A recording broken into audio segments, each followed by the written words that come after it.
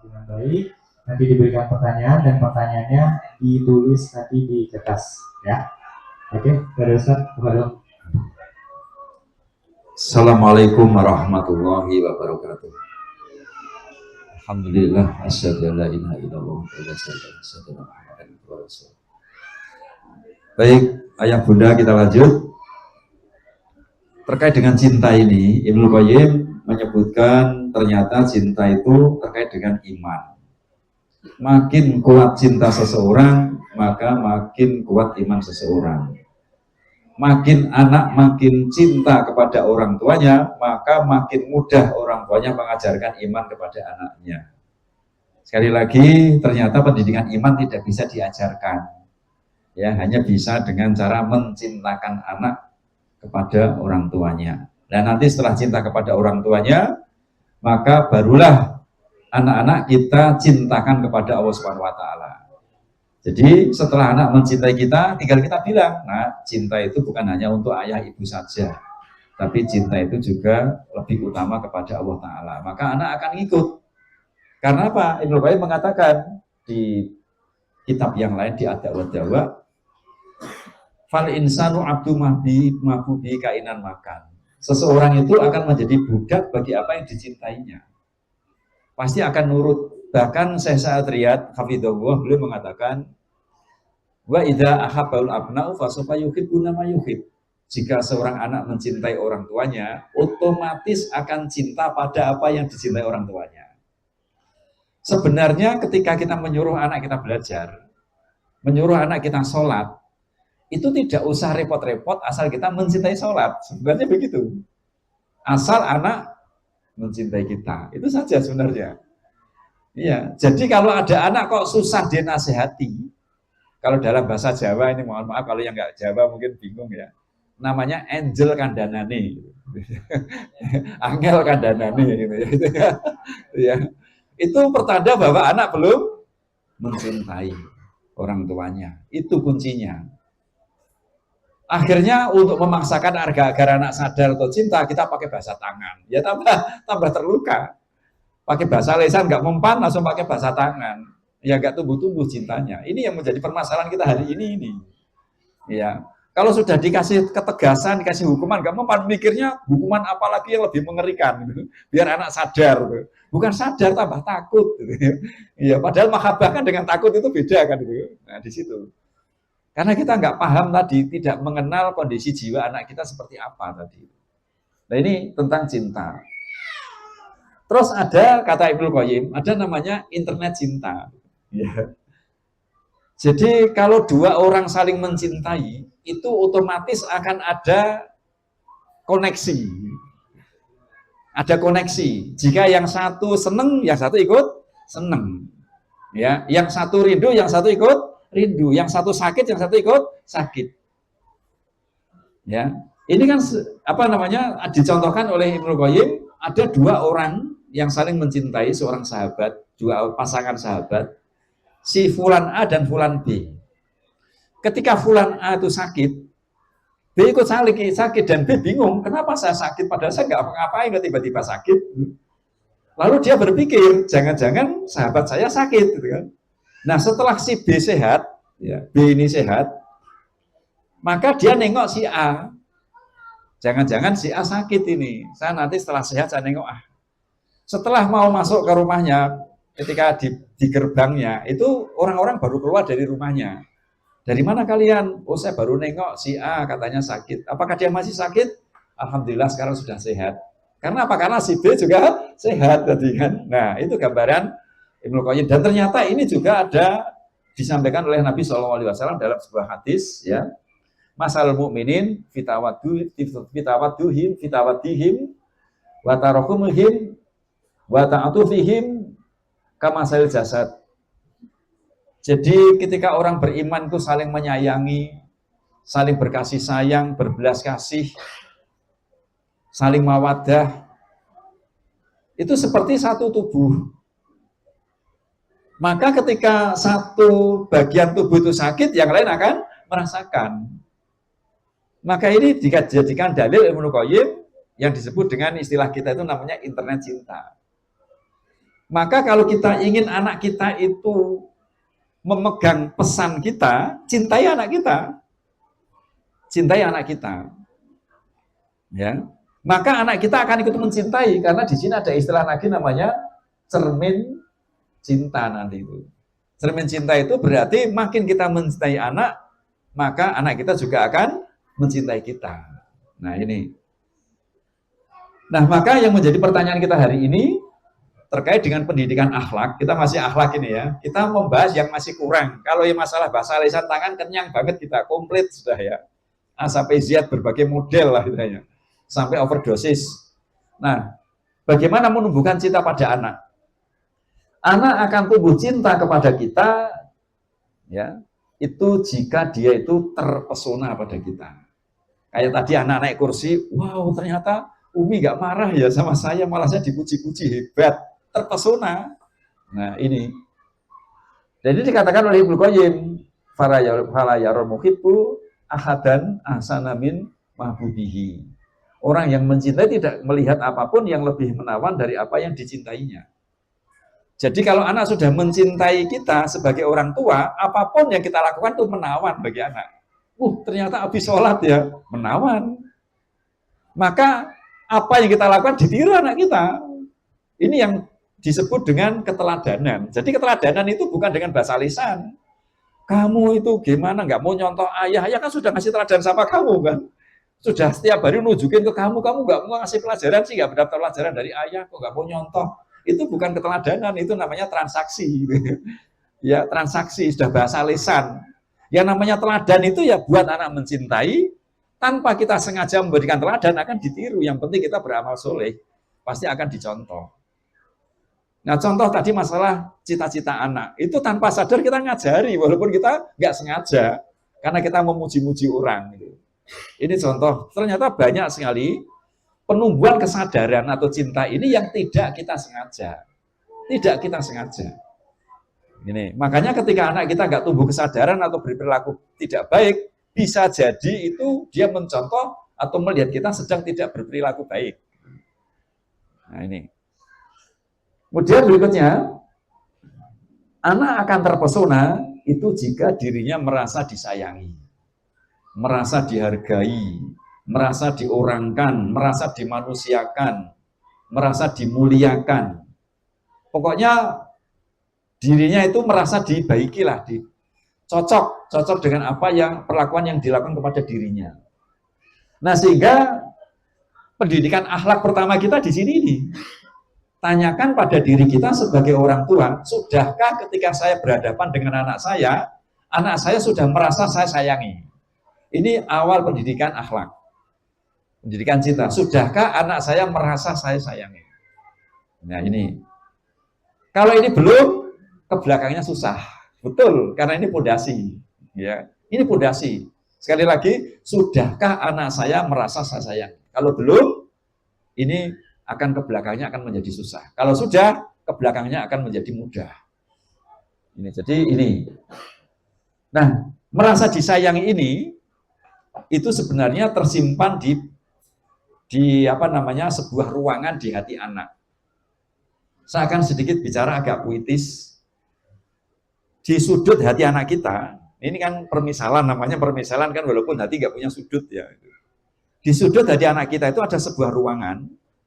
Ruangan itu digunakan untuk menyimpan perasaan. Perasaan yang disimpan adalah merasa disayangi, diperhatikan, dihargai, dimuliakan, diterima. Dan ruangan itu sering disebut dengan istilah tangki cinta. Tangki cinta. Kenapa dinamakan tangki cinta? Karena ini adalah isi bahan bakar. Bahan bakar semangat hidup anak kita itu cinta. Coba kalau ada anak merasa nggak ada orang, dia merasa nggak ada orang di muka bumi yang sayang sama saya, semangat nggak hidupnya? Nggak semangat, seperti mobil nggak punya bahan bakar. Ini. Tapi kalau dia merasa, ternyata ayah bunda, abi umi sayang sama aku, hidupnya itu semangat banget, wajahnya ceria, berbunga-bunga. Karena merasa ada orang yang menyayanginya. Selalu ingin kembali kepada orang yang menyayangi, yaitu di rumah. Dia nggak mudah terpengaruh dengan dunia luar. Nah, maka kalau di sini tangki cinta ini penuh, dia nggak akan kemana-mana. Tapi kalau kering, dia akan cari-cari. Karena kalau nggak dia diisi, dia akan nggak semangat hidupnya, maka akan mencari-cari siapapun yang bisa mengisi. Contoh yang sederhana misal, ada anak gadis di rumah. Anak gadis yang sudah menjelang balik atau sudah balik, itu pasti sudah cenderung, yang normal, cenderung tertarik dengan lawan jenis. Ternyata ayahnya itu dekat sekali. Kadang memujinya, kadang membelai rambutnya, kadang ngajak ngobrol, kadang dengerin curhatannya, kadang memeluknya, kadang mencium keningnya, dan itu boleh. Ya, sampai anak itu senang banget ketika dengan ayahnya, merasa bahwa ayahnya sayang banget kepadanya. Sampai akhirnya dia akan menyayangi orang tuanya, terutama ayahnya itu. Maka ketika anak gadis ini keluar, terus kok di luar itu ada eceran-eceran, ya eceran, ya kan bahan bakar ada eceran kan? Kira-kira terpesona tidak anak itu? Tidak. Kayak tangki bensin mobil penuh, ada eceran, nggak terpesona sama sekali. Tapi begitu tangki ini penuh, dia keluar, kemudian ada sweet-sweet di luar ya, eceran-eceran itu, dia nggak akan tertarik. Paling-paling dalam hatinya, gombal. Ya. Gombal di rumah itu ya ada itu, idola saya itu siapa ayah. Tapi kalau tangki cinta ini kering, itu ibarat tangki bensin mobil kering, kosong, nggak ada isinya. Kira-kira yang nyetir mobil mikir nyari isinya nggak? Pasti. Mogok, bensinnya habis, pom bensin masih 20 kilo. Tiba-tiba di depan ada eceran yang jual nenek, botolnya sudah lusuh, melengkung karena panas, isinya nggak penuh. Terpesona apa tidak? Wow. Alhamdulillah nek, jual di sini. Padahal tadi namanya kalau penuh bensinnya eceran. Ini terpesona dia itu. Akhirnya apapun keadaannya, ambil untuk mengisi tangki bensin mobil. Nah, kalau anak putri tadi di rumah kosong, nggak pernah ada pujian, sentuhan hatinya nggak pernah ada, ayahnya ada seperti tidak ada, wujudu ka'adamuhu, gitu ya. Ini kering, apakah anak itu diam? Tidak. Dia berusaha mencari pengisi keluar. Karena itu kebutuhan hidup dia. Sehingga begitu keluar, ada sedikit eceran saja, dia pasti akan ambil. Sehingga dari survei, ya, anak gadis yang mudah tergoda di luar adalah anak gadis yang tidak dekat ayah. Tidak dekat ayah. Karena dia pasti akan cari eceran dari yang lawan jenis. Karena itu kebutuhan dia. Nah, ini contoh tangki ini harus penuh, dan ini pembahasan dari Syekh Sulaiman Ar-Ruhaili hafizahullah. Beliau mengatakan, wahai para ayah, penuhi tangki cinta anakmu di rumah, agar dia tidak mencari pengisi tangki cinta terlarang di luar.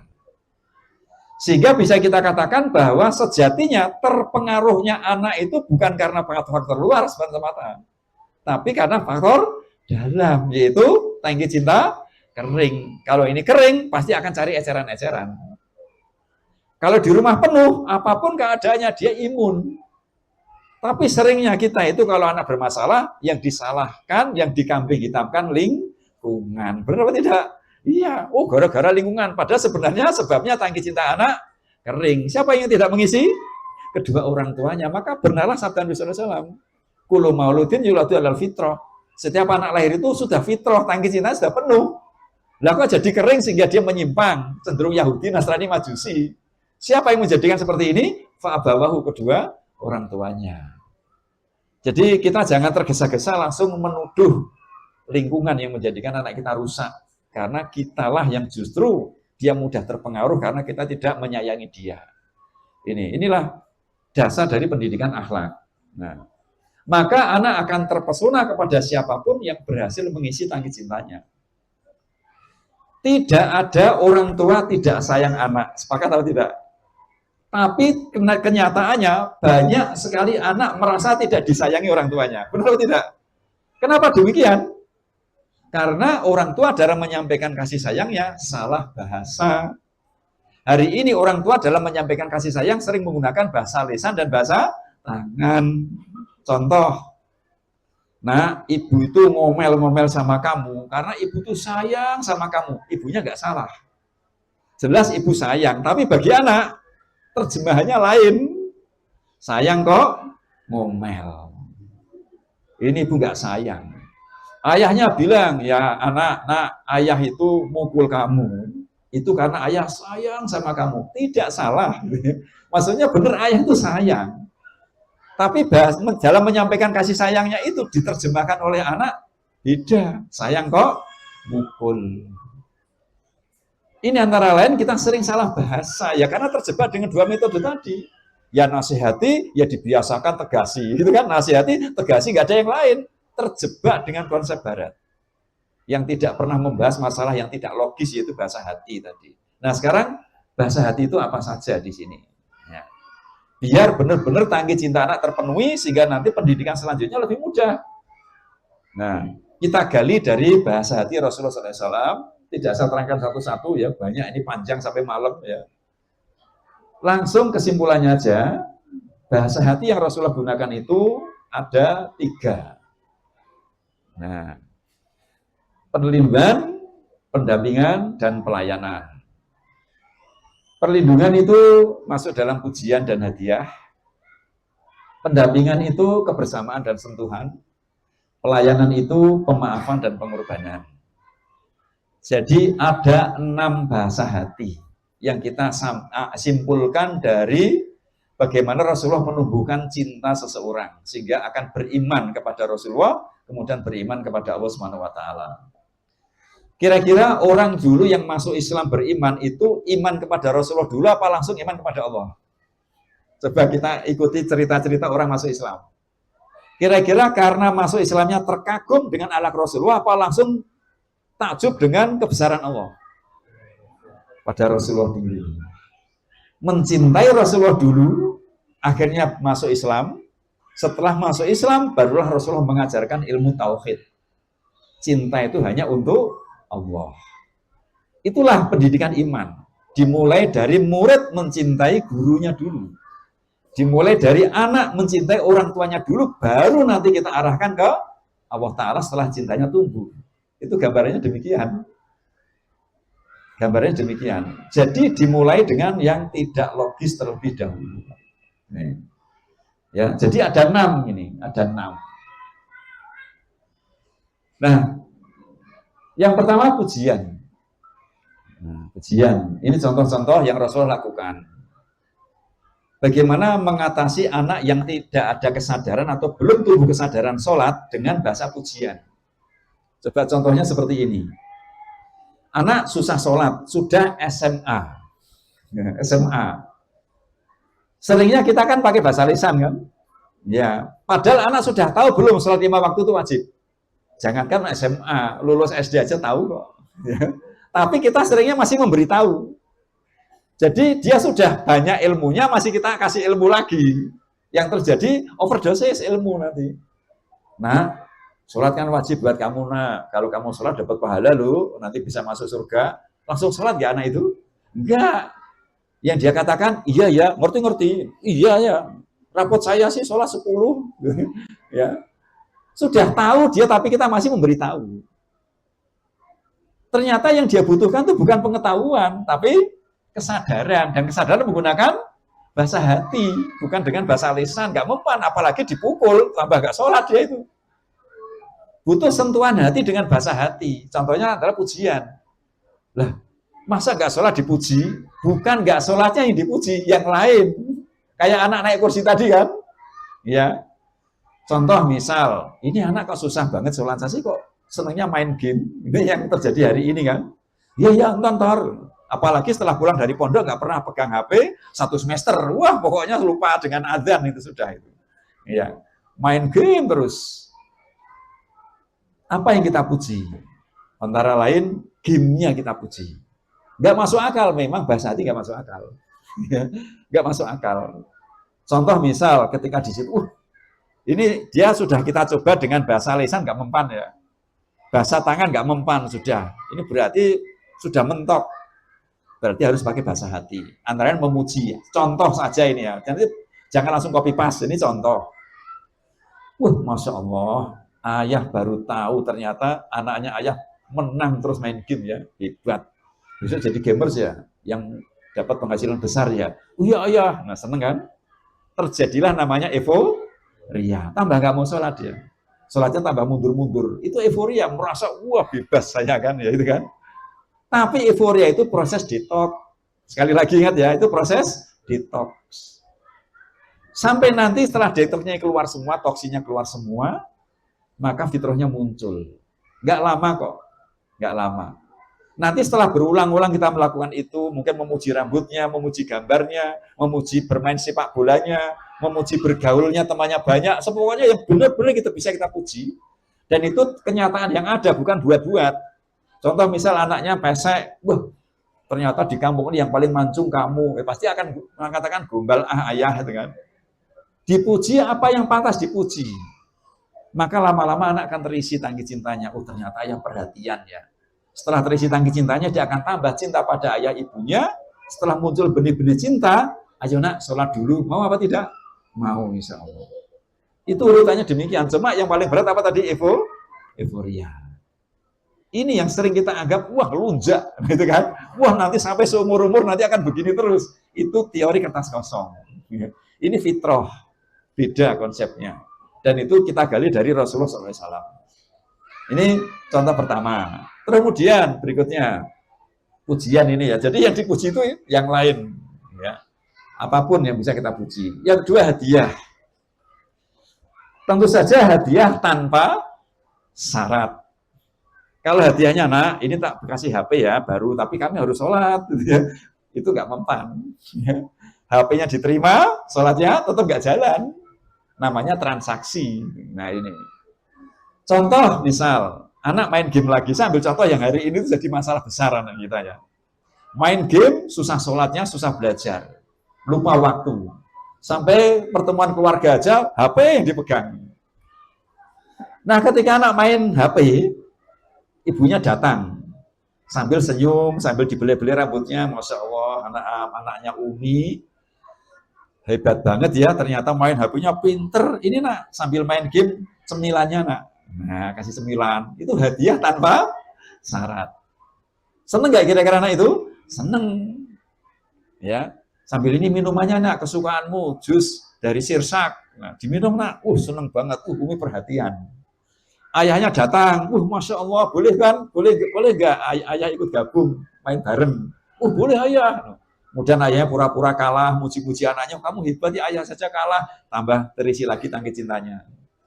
Kalau sudah terisi, lama-lama anak itu merasa disayangi, setelah merasa disayangi, dia akan kembali menyayangi orang tuanya, setelah itulah baru akan mulai patuh apa yang diperintahkan orang tuanya. Ingat kata Ibnu Qayyim, seseorang akan menjadi budak bagi apa yang dicintainya. Itu kunci di situ. Nah ini, hadiah tanpa syarat. Kalau bersyarat itu bahasa lisan, namanya transaksi. Ini. Kemudian kebersamaan. Nah, itu antara lain dengan ngajak ngobrol, dengerin curhatannya, diterima pendapatnya, dihargai pendapatnya. Ya, ini bercanda, jalan bareng, makan bareng satu piring, itu kebersamaan. Berangkat sekolah diantar, ditungguin di depan sekolah di gerbang, anaknya nggak pulang-pulang, nggak keluar-keluar, ternyata main di dalam, ayahnya di depan gerbang 1 jam ya, sampai jidatnya ini berkeringat karena kepanasan. Anaknya keluar melihat ayahnya senyum, wah seneng banget itu. Ayah nggak marah ya, padahal 1 jam di situ aku bermain, Masya Allah betapa ayah sabar nungguin aku main, aku sayang sama ayah.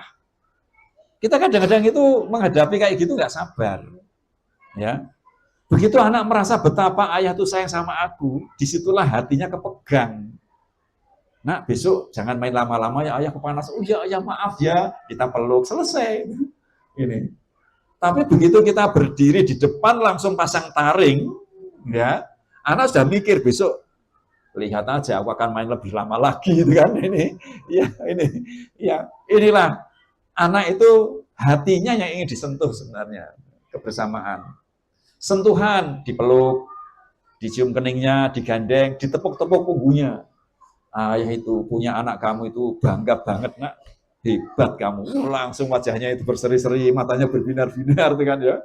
Lihat ayahnya sambil senyum, masa sih ayah? Iya, masa ayah bohong, gitu kan.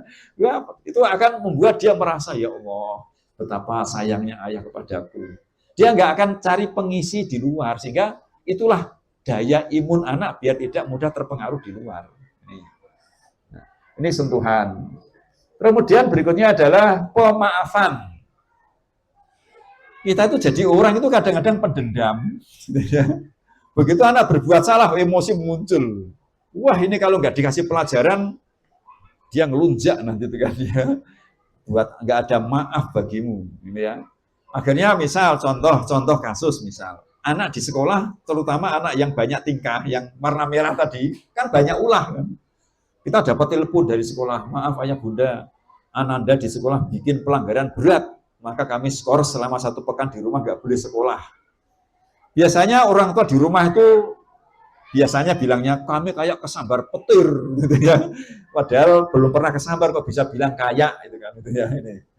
Nah, biasanya kalau anak itu pulang, tahu kalau sekolah sudah ngabarin orang tuanya, itu wajahnya ceria apa tersenyum kira-kira anak itu?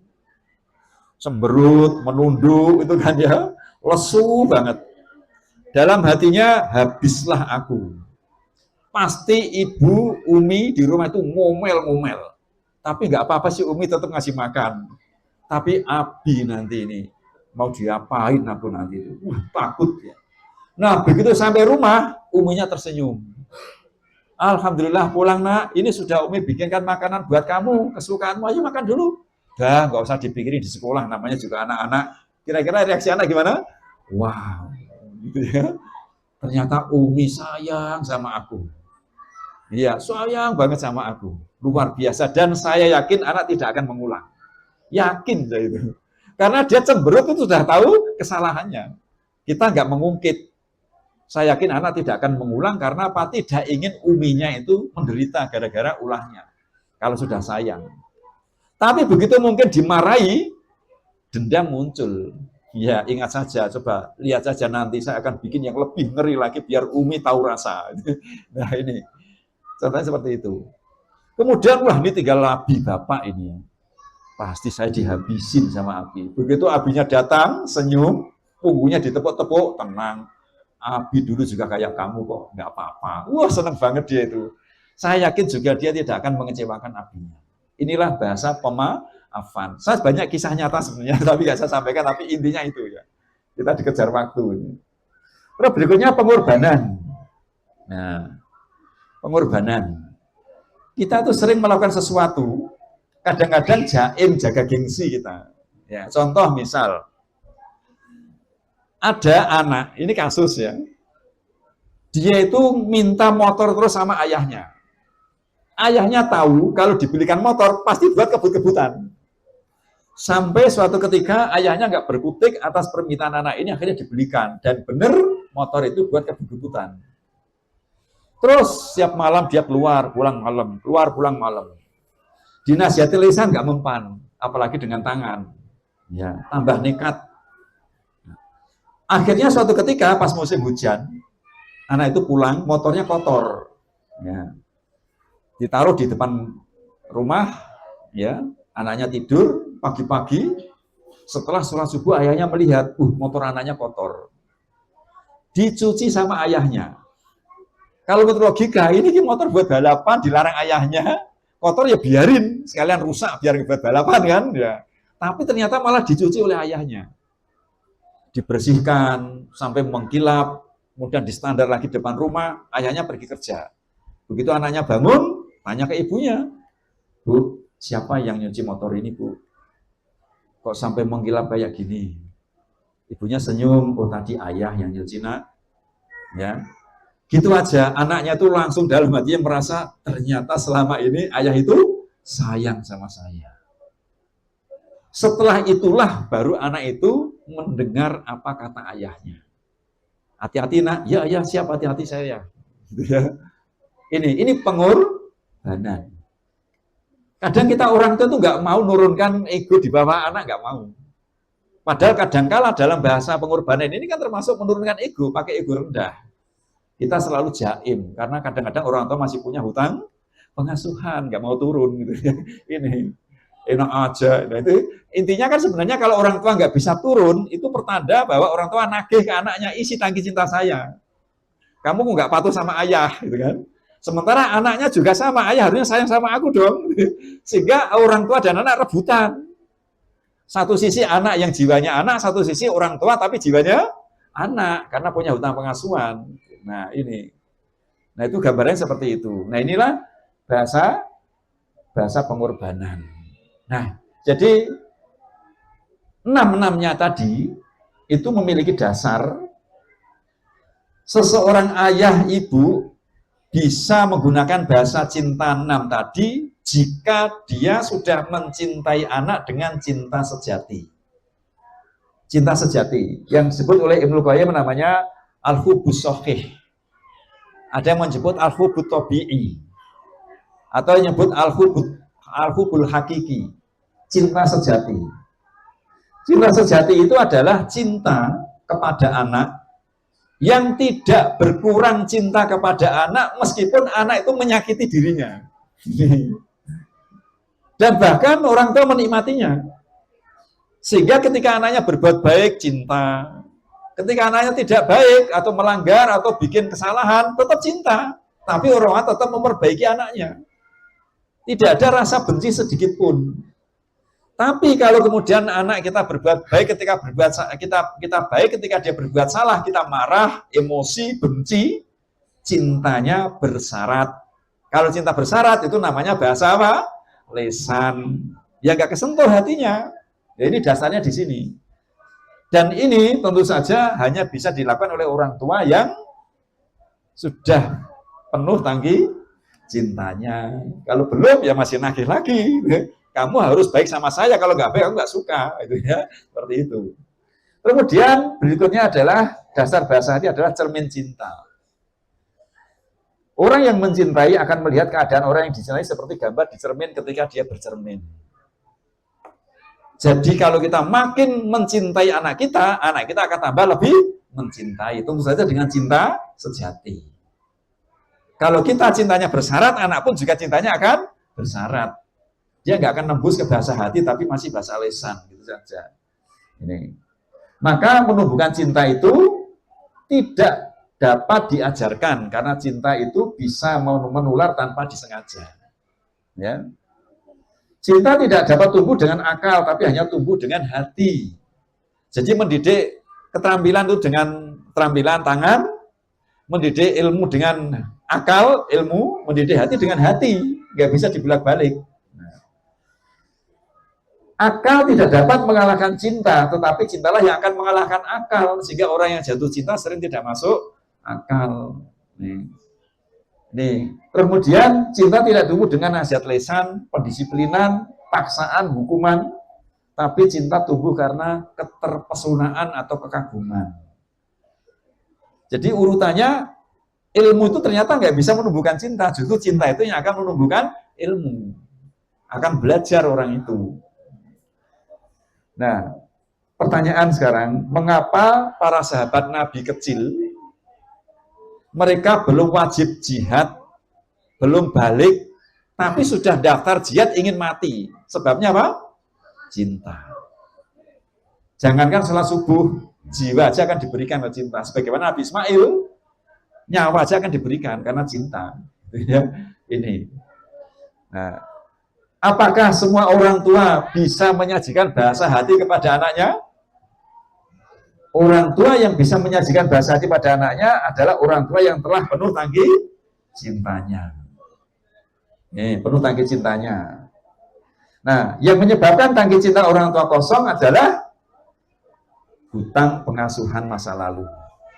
Hutang pengasuhan masa lalu. Ini, ya, hutang pengasuhan adalah hak pengasuhan masa lalu yang tidak ditunaikan oleh orang tua kita. Sehingga kita tanpa sadar, di bawah sadar kita nagih, walaupun kita nggak sadar. Karena nggak mungkin nagih kepada orang tua kita, akhirnya yang kita tagih anak-anak kita. Orang yang kita kuasai. Kalau di kantor yang ditagih karyawannya. Ini ya, seperti itu. Orang yang dikuasainya itu. Ini. Maka orang tua yang memiliki hutang pengasuhan, itu sering disebut orang tua yang masa kecil kurang bahagia. Nih. Ciri-cirinya antara lain, ya, banyak menuntut anak untuk menuruti keinginannya, ekspektasinya tinggi sekali. merasa pendapatnya selalu baik sehingga tidak mau menerima pendapat anak. Tidak dekat dengan anak. Dekat dengan anak itu hanya ketika nyuruh makan, nyuruh belajar, nyuruh sholat, atau lagi sedang marah. Selain itu nggak pernah dekat. Nggak ada namanya memeluk, ya, memuji. Menyayangi anak jika berbuat baik dan marah jika berbuat salah. Cintanya bersyarat, tidak cinta sejati. Membenci anak jika tidak patuh kepadanya, nagih untuk mengisi tangki cintanya pada anak. Nih. Lebih banyak melarang daripada membolehkannya, ini ya. Padahal di dunia ini yang dibolehkan lebih banyak daripada yang dilarang. Mendidik hanya dengan nasihat lisan dan pembiasaan saja, tidak ada bahasa hati. Dan sifat pendendamnya ada pada anak, sulit memaafkan anak. Ya, minta uangnya berapa? 50.000. Buat apa? Buat main sama temen. Enggak bisa. Kamu 5 tahun yang lalu pernah bohongin ayah, 5 tahun diungkit. Gitu. Ya, seperti itu. Nah, sekarang apa yang harus orang tua lakukan ketika dirinya memiliki hutang pengasuhan? Yaitu dengan tazkiyatun nafas. Ya, ini kita bahas nanti malam insya Allah ya. Tazkiyatun nafas. Ya, karena ini butuh perenungan yang lebih mendalam. Nah, ini pendidikan akhlak selesai.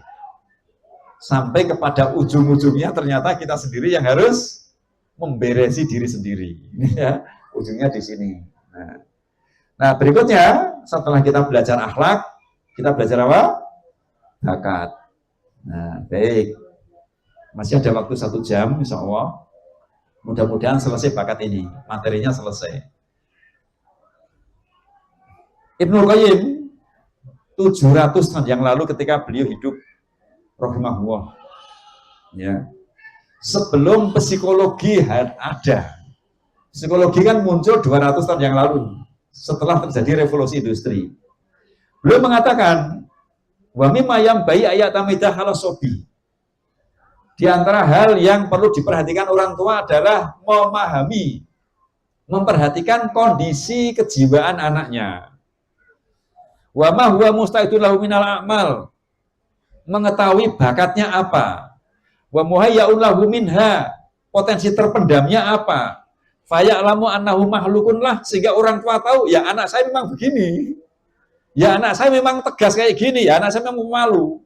Anak saya memang sukanya keluar rumah, anak saya memang suka bergaul. Anak saya memang tidak betah duduk lama. Anak saya memang kutu buku. Itu seperti itu, kata Ibnu Qayyim. Ya. Fala yahmilhu ala ghairihi makana ma'dzuran fi syar'an. Setelah kita mengetahui anak saya seperti apa, maka jangan paksa belajar yang bukan seperti potensi dirinya tadi. Jangan paksa belajar yang bukan bakatnya, selama bakat itu dibolehkan oleh syariat. Apa jadinya jika dipaksa, kata Ibnu Qayyim? Fa innahu in hamalahu ala ghairi ma huwa musta'idullah lam yuflih fi. Jika orang tua maksa anaknya belajar yang tidak sesuai dengan bakatnya, lam yuflih fihi. Tidak akan berhasil fihi, di bidang itu. Ini ingat-ingat.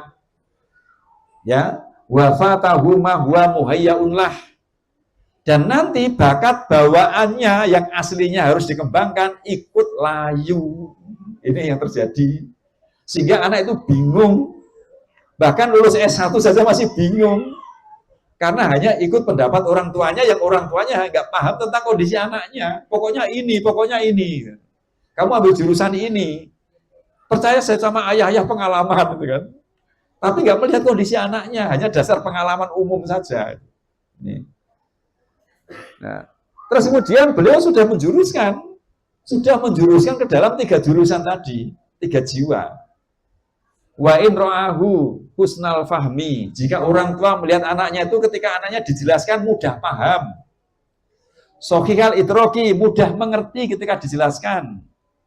Jayyidal hifdzi, kalau hafalannya itu bagus sekali, cepat. Wa'yan, cerdas. Ini anak yang warna merah, kuning apa hijau? Kuning. Maka kata Ibnu Qayyim, dia calon ahli ilmu. Jadi dokter, ahli fisika, kimia, ahli ilmu hadis, ilmu Quran. Pokoknya yang banyak menggunakan pikiran. Ini. Tapi apakah semua anak seperti ini? Tidak, ternyata Ibnu Qayyim menjelaskan wa in rahu bi khilafi dzalik min kulli wajhin. Jika ternyata ada anak yang tidak seperti tadi dari semua sisi, ya, diterangkan nggak paham-paham, ya, suruh masuk kelas malah keluar jalan-jalan, kan ya, dikasih PR yang ngerjakan ibunya, gitu, nah ini, ya, sukanya malah lari-lari. Kalau pelajaran matematika pura-pura sakit, kalau pelajaran olahraga habis subuh sudah ganti pakaian, kan? Ini kata Ibnu Qayyim, beri kesempatan anak ini, mungkin besok jadi manajer, jadi mandor, ya, yang banyak ketemu orang dan mempengaruhi orang. Jadi atlet, jadi tentara yang banyak menggunakan gerakan. Ini anak yang berwarna apa ini? Merah. Maka kata Ibnu Qayyim, kasih kesempatan karena itu bermanfaat bagi kaum muslimin. Terus beliau menyebutkan lagi berikutnya, wa in ra'au bi khilafi dzalik. Ini di kitab Tufatul Maudud ini. Dan jika anak ini beda dengan yang dua tadi, cerdas pikiran juga tidak, cerdas gerakan juga tidak, diem, ya, sukanya bongkar-bongkar, nggak bisa pasang, ya, ini pemalu, ya, kalau ketemu orang nggak nyaman, ketemunya benda-benda mati, gitu kan, ketemu laptop, ketemu kertas, ketemu alat-alat, gitu kan. Maka kata Ibnu Qayyim, fal yumakinhu minha, beri kesempatan, mungkin besok bisa jadi teknisi, IT programmer, penulis. Beda dengan yang dua tadi, kata Ibnu Qayyim, dan semuanya itu hebat. Dan akhirnya Ibnu Qayyim mengatakan, hadza kulluhu ba'da ta'limihi lahu ma yahtaju ilaihi fi dinihi. Tentu saja semua tadi itu dijuruskan tadi setelah diajarkan ilmu agama, yaitu ilmu akhlak tadi. Jadi penjurusan ini dilakukan setelah akhlaknya tuntas. Sebab kalau bakat dikuatkan tanpa didasari akidah, akhlak yang baik merusak. Ya. Kalau dia ahli IT, kemudian nggak didasari akhlak, jadinya hacker. Kalau dia ahli strategi, nggak didasari akhlak, jadinya manipulator. Ya. Kalau dia ternyata manajer atau mempengaruhinya kuat banget, kalau nggak didasari akhlak, jadinya otoriter, diktator. Ini. Jadi Hitler itu sebenarnya bakatnya itu memimpin, tapi karena dia nggak dasari akhlak, diktator. Gitu. Ini. Termasuk orang-orang yang manipulator, suka manipulasi, bakatnya strategik, karena nggak didasari akhlak, akhirnya memanipulasi sehingga terjadilah korupsi. Itu sebenarnya bakat yang tersimpangkan tadi. Kalau pada anak-anak normal, wajar anak-anak, ya, karena nggak ada dosa kan. Tapi kalau sudah orang tua, ya masalah. Gitu, ya ini. Nah, ini data 92% lulusan SMA itu setelah lulus bingung mau kemana. Saya buktikan bener. Saya tanya satu-satu gitu. Ya. Mau kemana setelah lulus? Wah, bingung ah. Lah kan kamu sudah di SMK, jurusannya jelas. Tapi di sini cuma saya ingin dapat uang saku aja kok. Yang dekat rumah, yang penting negeri, seperti itu kan. Ini terjadi betul. Kalau menurut saya 90%, saya mengobservasi itu anak SMK 90%. Mungkin SMA 92 bisa jadi. Karena SMK kan sudah penjurusan. Itu saja masih 90%. Salah. Nah kemudian yang bingung ini kuliah. Setelah kuliah 87% mahasiswa Indonesia salah jurusan. Yang di sini pun juga banyak salah jurusan, termasuk yang bicara. Salah jurusan. Tersesat 27 tahun saya itu. Ini ketemunya sekarang Bapak Ibu di sini menikmati sekali saya itu. Iya, tersesat 27 tahun. Dan menemukan potensinya setelah usia 45 saya itu. Tapi saya mengatakan nggak terlambat. Alhamdulillah ketemu. Ada yang sampai pensiun nggak ketemu juga ada. Ya kalau mungkin sekolahnya salah jurusan, adalah kalau terlanjur nggak apa-apa. Yang penting kerjanya nggak salah jurusan, kan ya. Kalau ternyata kerja masih salah jurusan, udahlah maklum aja nggak apa. Yang penting setelah pensiun jangan salah jurusan. Kan nggak ada pensiun dalam Islam kan. Nah, kemudian pensiun kok masih salah jurusan, tenang saja. Yang penting setelah meninggal tidak salah jurusan, gitu aja. Ya, itu yang terpenting. Ya. Nah, kemudian setelah lulus 80% kerja tidak sesuai dengan jurusannya. Ini yang menjadikan kita tuh banyak sekali pengangguran. Bukan karena lowongan kerja yang nggak ada. Yang menempati lowongan ini yang nggak ada. Gitu kan. Karena tidak kompeten. Nah, kira-kira penjurusan dilakukan kapan? Usia 10 tahun. Sehingga anak lulus SD itu sudah kebayang kuliahnya di mana. Bukan setelah lulus SMA masih bingung gitu ya. Ini yang terjadi. Maka petakan dari TK, dipetakan nanti begitu kelas 4 SD sudah penjurusan. Sehingga dia mau lulus SD itu kebayang sudah saya mau kemana. Sehingga sekolahnya itu nyaman, sudah ada gambaran. Nah, anak sekolah itu nggak semangat gara-gara tidak tahu masa depannya apa. Gitu kan. Pokoknya kamu sekolah, pokoknya itu dasarnya apa kok pokoknya. Gitu. Saya ngapalin Quran itu nanti jadi apa sih? Gitu. Tapi kalau misal, nah kamu besok itu jadi desainer, tapi ini SMP ngapalin Quran dulu ya, insya Allah mau.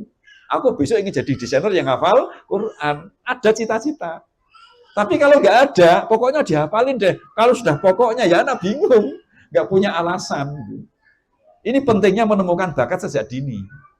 Biar anak itu ketika belajar semangat. Bapak Ibu, ini saya mau mengatakan saja, insya Allah, kalau anak sudah belajar di bakatnya, tugas kita bukan nyuruh belajar, tapi menghentikan dia belajar. Insya Allah. Kenyataannya demikian. Menghentikan dia belajar, karena apa? Bakat itu mendorong untuk tuntas. Lah ketemu tempatnya, sudah, lupa waktu dia.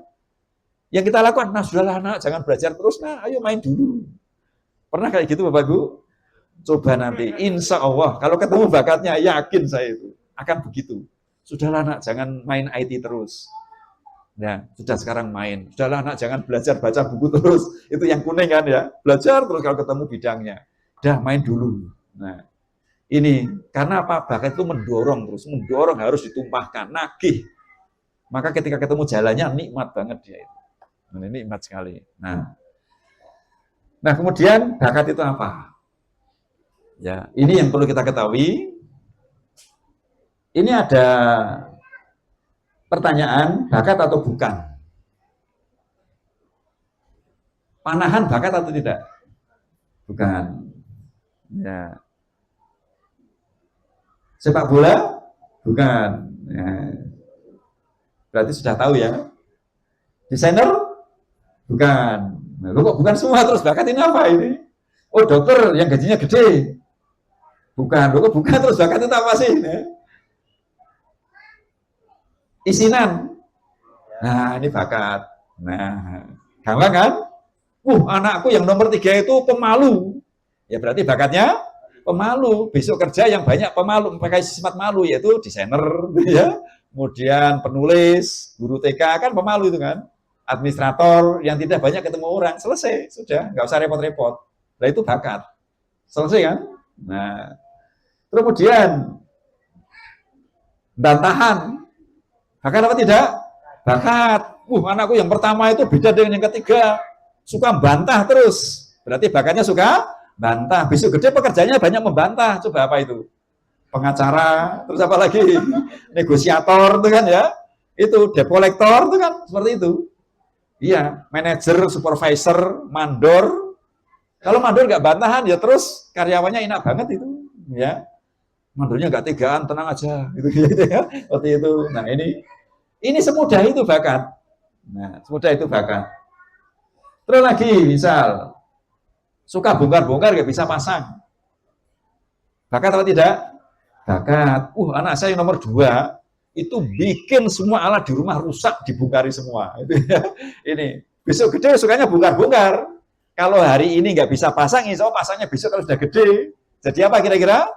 Ahli teknik, gitu ya, montir, ya, teknik mesin, perancang sistem mesin di pabrik dan sebagainya. Ini juru masak, bukan. Nangisan, bakat. Nih, bakat nangisan ini besok gede jadi apa? Konselor, guru TK, ya, perawat, relawan. Itu kan kalau perasaannya peka kan mendahulukan orang lain. Tapi kalau suka membantah jadi relawan, ya untuk dirinya sendiri, yang penting aku kenyang. Ini. Nah. Terus tersinggungan. Bakat atau tidak? Bakat. Coba tersinggungan kira-kira besok gede jadi apa? Orang yang mudah tersinggung. Itu orang disiplin. Benar atau tidak? Iya. Semua harus tertib, nggak boleh ada pelanggaran. Besok gede jadi apa? Hakim, polisi, itu kan ya, penegak disiplin. Gitu ya. Ini di sini. Biasanya anak seperti ini sukanya itu ngadu. Pak, adik kan melanggar, kemarin aku dimarahin, adik enggak. Nah itu kan, itu biasanya di sini orangnya itu. Ya. Bisa calon apa namanya itu? penegak disiplin itu, hakim dan sebagainya di sini. Nah, nggak sabaran, nggak bakal besok ini jadi apa? Pemborong. Akhirnya tidak lewat jatuh tempo kan? Ya, deadline-nya 3 bulan, 2 bulan selesai karena nggak sabar jadi dia kan. Ini ya, ini. Memang kecilnya jadi nakal ini. Nah, guru bakat atau tidak? Bukan. Tentara? Bukan. Nah, jadi ternyata bakat itu ini. Nah, ini semua ternyata bakat itu adalah sifat. Ya, akhlak. Sifat yang menonjol pada diri seseorang sehingga menjadikan dirinya berbeda dengan orang lain. Ini namanya bakat. Nah, ini. Jadi definisinya yang kita harus paham. Nah, maka kalau kita punya anak misal 7, kira-kira ada yang sama nggak? Nggak ada. Yang membedakan itu adalah bakat. Ini nangisan, ini suka ngilangan, gitu kan ya. Ini bantahan, ini nggak sabaran. Terus ini apa namanya mikiran. Nah itu semuanya bakat di situ. Nggak usah kita pusing-pusing ngasih nama bakat itu apa. Nangisan ya berarti besok pekerjaan yang banyak nangis apa. Sudah selesai. Nggak usah repot, semudah itu. Ini ngintilan kan, ada ngintilan kan? Ngintilan itu maksudnya suka ikut orang. Ya besok kan melayani orang kan? Ya follower, jadi perawat, gitu ya. Ini jadi apa namanya relawan, public serving, ya pelayan publik, ya PR itu semuanya kan melayani orang. Ngikut apa kata yang dilayani. Jadi semudah itu bakat itu. Nah ini hadis-hadis tentang bakat, sifat-sifat para sahabat yang unik, ya. Abu Bakar paling penyayang, Umar paling berani, Utsman paling pemalu, kemudian Mu'adz bin Jabal paling cerdas, Ubay bin Ka'ab paling cerdas, Zaid bin Sabit paling cerdas, Abu Ubaidah ibn Jarrah paling amanah. Ini Rasulullah yang mensabdakan. Ini dasar dalilnya, ya. Terus kemudian di sini Asad Abdul Qais paling santun dan paling tidak tergesa. Terus berikutnya Abu Dzar paling menepati janji, paling jujur dan paling menepati janji. Ini Rasulullah yang mensabdakan. Terus selanjutnya Umar paling pencemburu, ya. Saya ringkas-ringkas saja, ya. Kemudian Salamah itu pelari tercepat di dunia waktu itu, ya. Kemudian Abu Qatadah penunggang kuda terhebat. Nah ini. Terus kemudian selanjutnya Nabi Harun paling fasih, Nabi Musa paling kuat sekali pukul orang mati. Nah, jadi semuanya ada palingnya semua itu. Terus selanjutnya Nabi Sulaiman alaihissalam mengadili 2 ibu yang rebutan bayi karena diterkam serigala kan. Nah itu berarti paling cerdik beliau itu. Dan semua itu kata Ibnu Jauzi itu disebut dengan al-mauhibah. Ini al-mauhibah. Jadi semua yang tadi kita sebutkan ini itu semua adalah al-mauhibah. Inilah bahasa syar'inya dari bakat. Kalau kita ambil di kamus-kamus, makna al-mauhibah itulah dalam bahasa kita namanya bakat. Jadi Bapak Ibu mau ngasih nama passion boleh, mau ngasih nama talenta boleh, mau kasih nama minat juga boleh, potensi unggul apapun nama itu, yang penting maknanya al-mauhibah. Karena di dalam bahasa Arab bakatun itu nggak ada itu ya. Itu bahasa kita, adanya al-mauhibah. Kalau jamaknya al-mawahib, ini ya, ini al-mawahib. Ini. Nah, jadi bakat itu akhlak yang menonjol. Ya, ini pada diri seseorang yang menjadikan dirinya berbeda dengan orang lain. Ini definisi bakat. Nah, baik, kita percepat. Nah, terus kita percepat. Ini perbedaan antara bakat, aktivitas, dan profesi. Ya, ada anak memiliki 3 sifat menonjol. Suka nganalisa karena cerdas, suka nolong orang, kemudian dia penyayang dan dia berempati. Ini. Maka cerdas ini mendorong dia suka menganalisa. Jadilah aktivitas. Jadi bakat kan hanya dorongan. Kemudian dorongan itu mendorong kuat untuk anak berperilaku. Akhirnya yang cerdas tadi suka menganalisa. Kemudian yang suka menolong, suka memperbaiki. Ya. Kemudian yang penyayang akhirnya suka merasakan. Kemudian yang suka melayani akan melayani orang lain. Akhirnya setelah ini berulang-ulang dilakukan, jadilah kekuatan namanya. Setelah jadi kekuatan, dikombinasikan jadi profesi. Kira-kira profesi yang membutuhkan 4 ini apa kira-kira? Dokter. Ini ya. Ini dibutuhkan seorang dokter. Cerdas menganalisa, suka menyembuhkan, berempati, dan suka melayani. Jadi dokter ideal. Nah, dokter kan mahal, kami nggak mampu. Sudah masukkan jurusan otomotif. Ya. Besok jadi teknisi sepeda motor, sama apa tidak? Yaitu menganalisa, memperbaiki, berempati pada pelanggan, suka melayani pada pelanggan, sama apa tidak? Sama, yang beda pendapatannya. Gitu ya.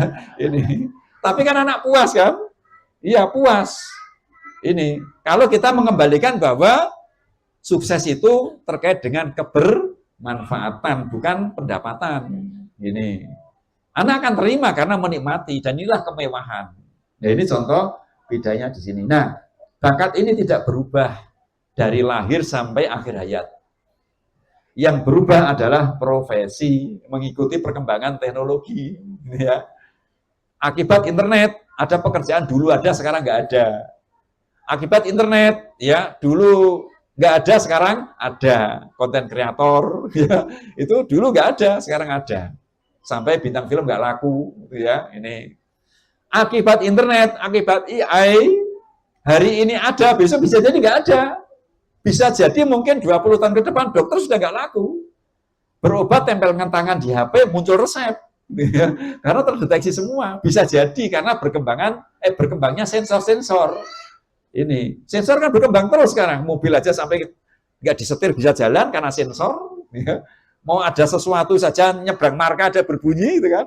Sensor lagi. Ketika mendadak di depan ngerem sendiri, sensor lagi. Ya. Ketika ada kendaraan mau nyalip, ada indikator sensor lagi. Ya. Nanti semua akan ada sensor. Maka bisa jadi semua serba instan. Maka kita jangan terburu-buru dengan profesi ini. Kita kuatkan sifat untuk aktivitas, biar besok milih sendiri. Sebab aktivitas ini kan selalu ada sepanjang hayat. Sepanjang dunia selalu ada. Sejak zaman Nabi semuanya ada di sini, tapi profesi ini dulu mungkin nggak ada. Jadi yang kita kuatkan yang tidak berubah, diasah dengan aktivitas. Profesinya anak biar milih sendiri besok kalau gede. Kita nggak tahu. Ya. Besok apa pekerjaan yang ada. Nih. Pak Pos dah nggak ada sekarang. Ya. Dulu idola banget itu. Senang jadi Pak Pos yang nanti gadis-gadis itu. Nah, sekarang udah nggak laku. Ya. Kasir sekarang udah mulai nggak ada. Ya. Mulai kasir teller itu sudah mulai jarang, sekarang besok bisa jadi sudah nggak ada lagi. Jadi makanya sudahlah, kita nggak usah mikir besok ada apa, kita mikir ini sifat anak ini yang kita kuatkan karena ini sepanjang hayat ada. Sejak Nabi Adam sampai nanti akhir dunia ini itu ada semua. Ini karena itu fitrah nggak berubah. La tabdila li khalqillah, tidak berubah fitrah Allah. Sekarang observasi bakat. Perhatikan, ini nakal atau bakat, ya. Ini ada aktivitas anak, ya. Aktivitas anak, maka lihat ini itu nakal atau bakat.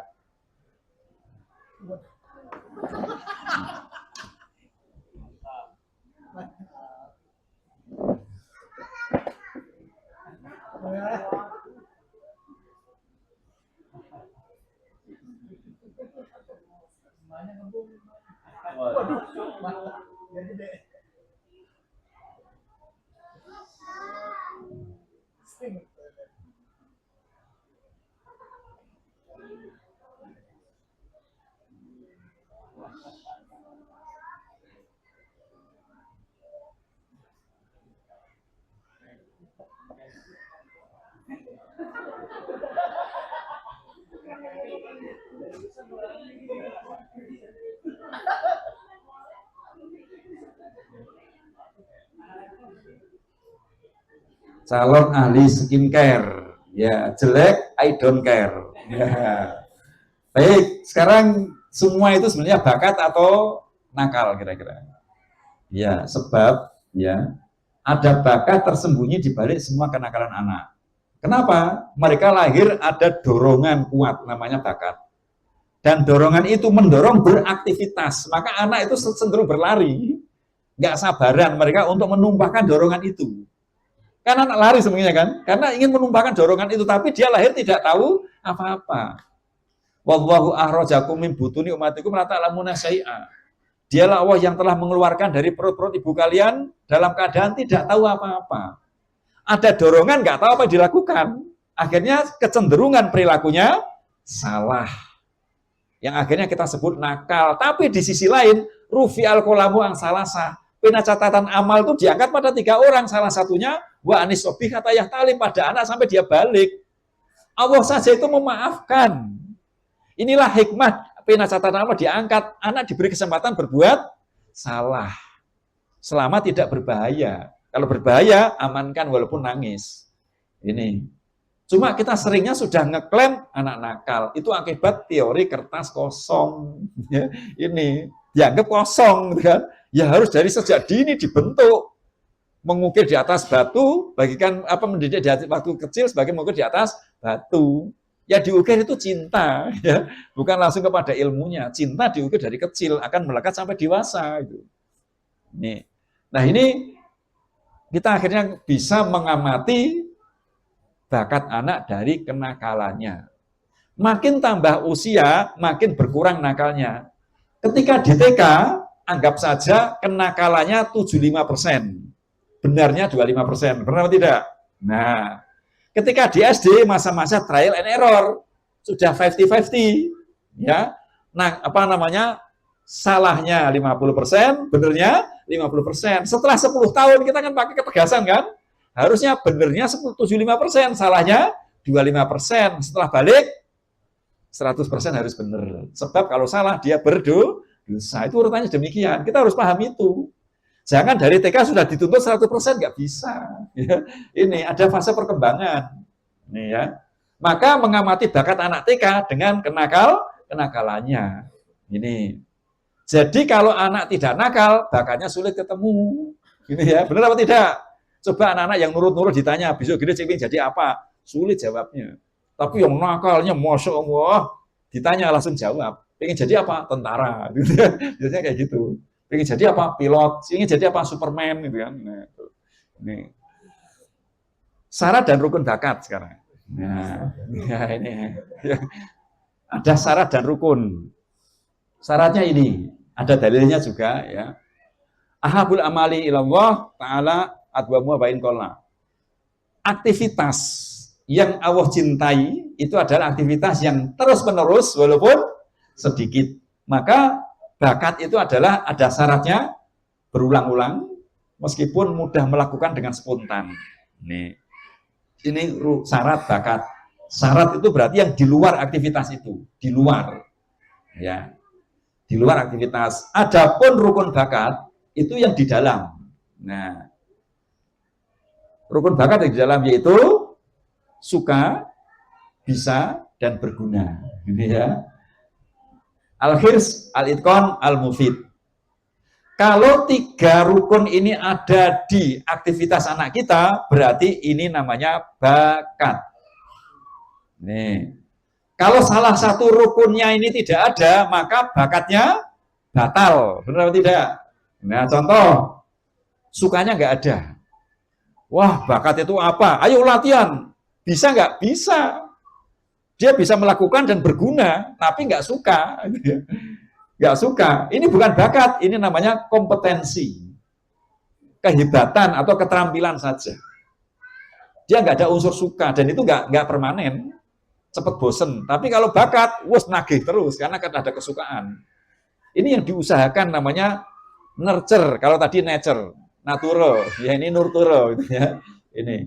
Yang tadi alamiah bakat, kalau ini yang diusahakan. Kalau saya Utsaimin mengatakan yang bakat itu jibiliah, yang ini namanya muktasabah, diusahakan.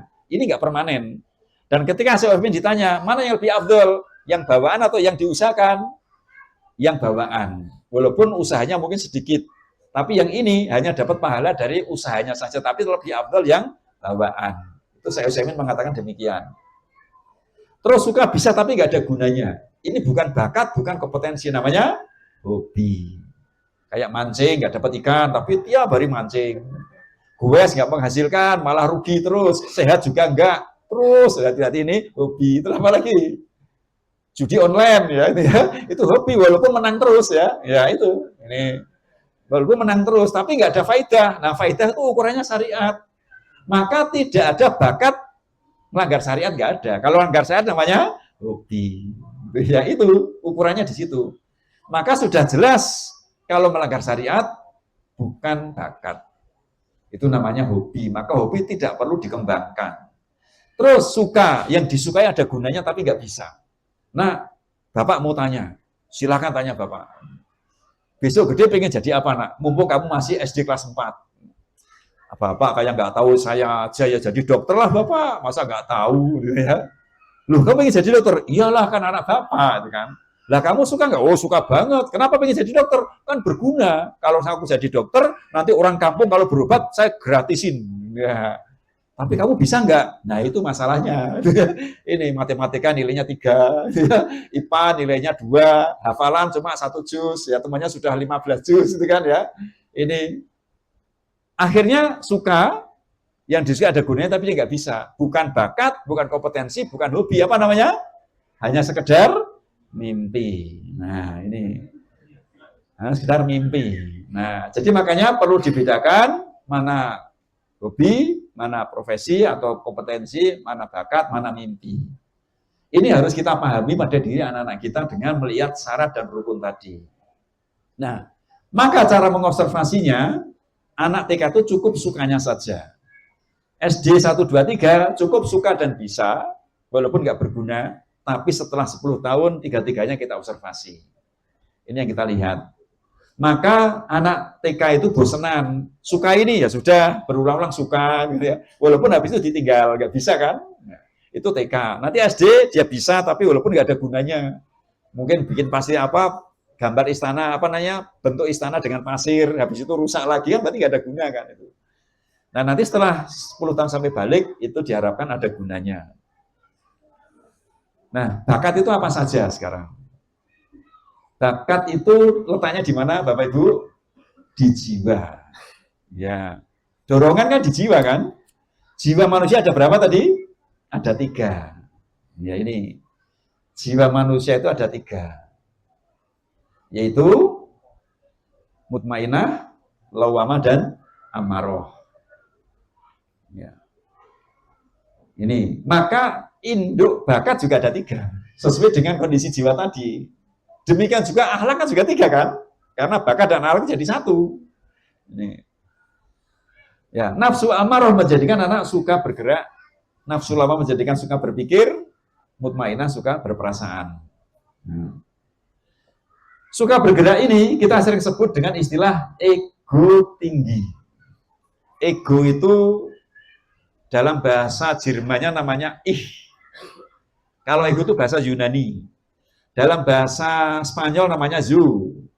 Kalau bahasa Inggris, I. Bahasa Arab, ana. Bahasa Indonesia, aku. Ego itu aku.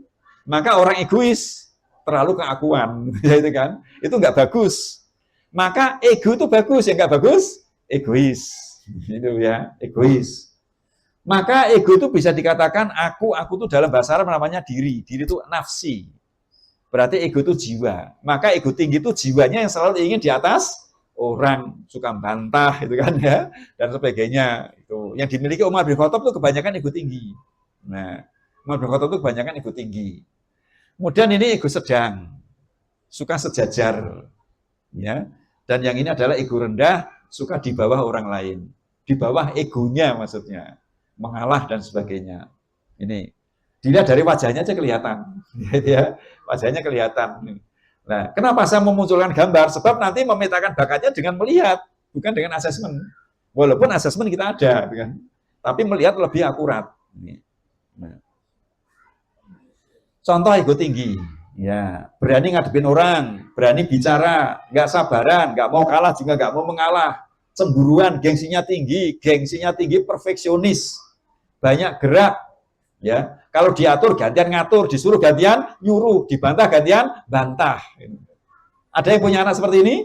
Ada, itu ego tinggi. Hebat apa tidak? Hebat, mantap, bilangnya hebat gitu kan ya. Biar kita bersyukur. Nah ini kan. Nah nanti anak ini itu berarti pekerjaannya ego tinggi. Nah, kemudian ego rendah, pemalu, pendiam, suka mengalah, nggak tegaan, rendah hati, sabar, nggak tergesa-gesa, apa adanya, ya, ikhlas ketika dibully, dimanfaatkan, ridho, gitu ya, rela, ya.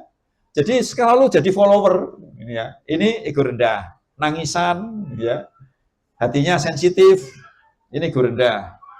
Kemudian yang ego sedang, wajahnya ceria, cerdas, mudah ngitung, nilainya bagus-bagus, ya, wajahnya ceria, suka bercanda, pokoknya sering dianggap nggak masalah, ya. Tapi semuanya hebat tiga-tiganya.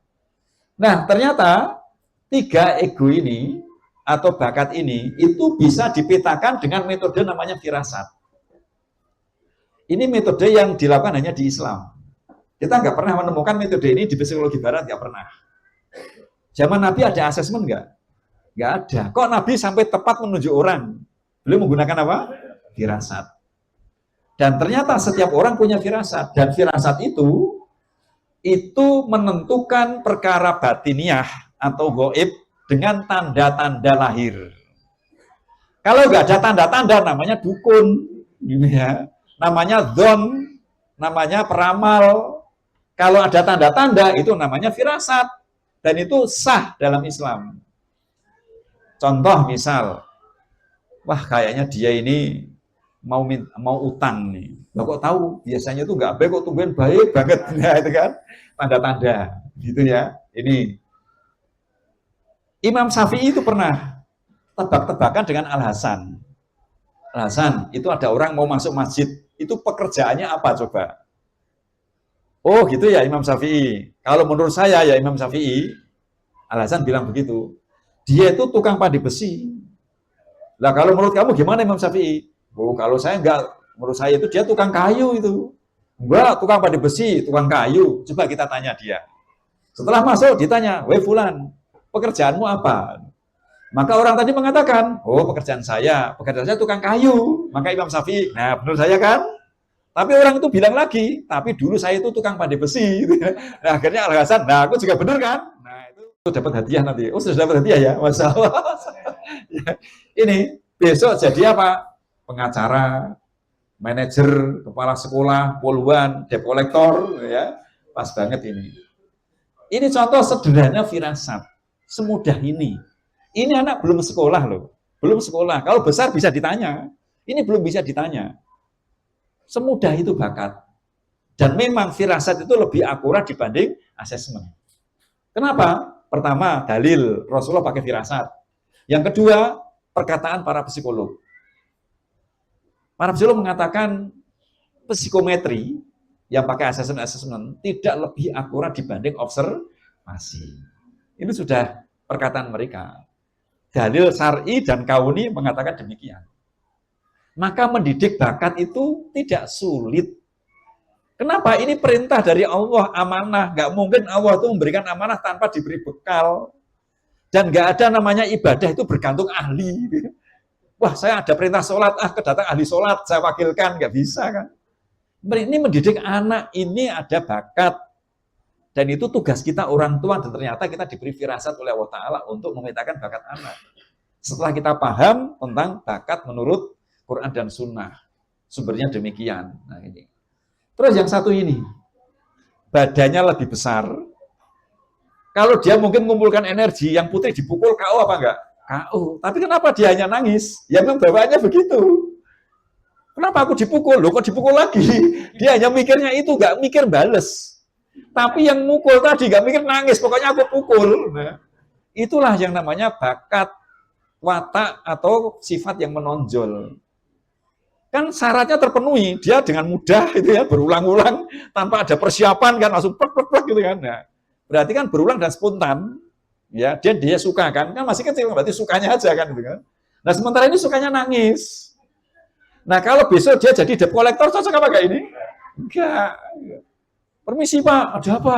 Mau nagih hutang Pak, kan sudah terlambat 2 bulan. Ya enggak bisa Mas. Oh ya maaf Pak ya, enggak dapat. Nah, maka ini termasuk ego tinggi sedang apa rendah? Rendah. Nah, besok mungkin masuk di jurusan pendidikan anak usia dini, jadi psikolog, jadi konselor, dia cocok. ini anak belum sekolah kita bisa menentukan. Terbukti Bapak Ibu itu punya firasat normal. Cuma kadang nggak pede, benar atau tidak? Iya, akhirnya bergantung harus bayar ini, bayar itu. Dan kita masih bingung juga kan? Nah, semudah ini pendidikan. Karena pendidikan itu urusan agama dan agama itu mudah. Kalau sulit ada masalah. Seperti itu. Nah, ada tantangan lagi. Ya, alhamdulillah tadi panjang. Sekarang ada tantangan lagi, ada video lagi. Perhatikan. Tentukan bakat 3 anak ini. Kalau tadi 2 anak, ini 3 anak. Perhatikan video ini. Nah,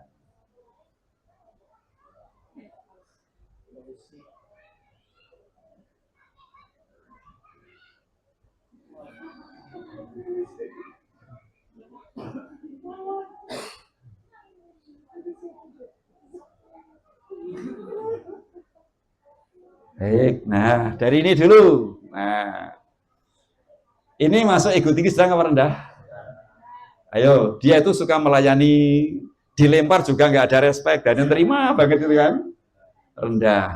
Nah, ini kayak tadi rendah. Kemudian yang ini, nah, bingung mau pilih yang mana. Dan wajahnya datar, nggak ada senyum.